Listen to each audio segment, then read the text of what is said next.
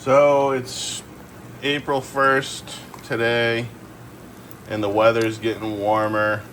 It's going to be only a couple more weeks here, maybe 2-3 weeks, where I'll be using the wood stove, and I'm going to kind of miss it, folks. You know, getting out here in the morning and just throwing a breakfast together, kind of making some eggs, some toast, you know. I'm going to miss it.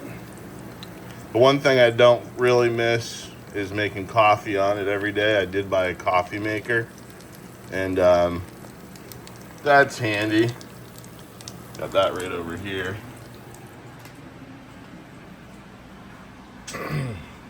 You know, one of those things, but I'm not saying I won't ever use the wood stove to make coffee again, but takes a lot longer in that pot than it does here. But kind of a nostalgic feeling this morning, just all the days that I've had this winter cooking breakfast on this thing, and cooking all my meals actually. So I just wanted to say good morning, folks, and welcome to spring.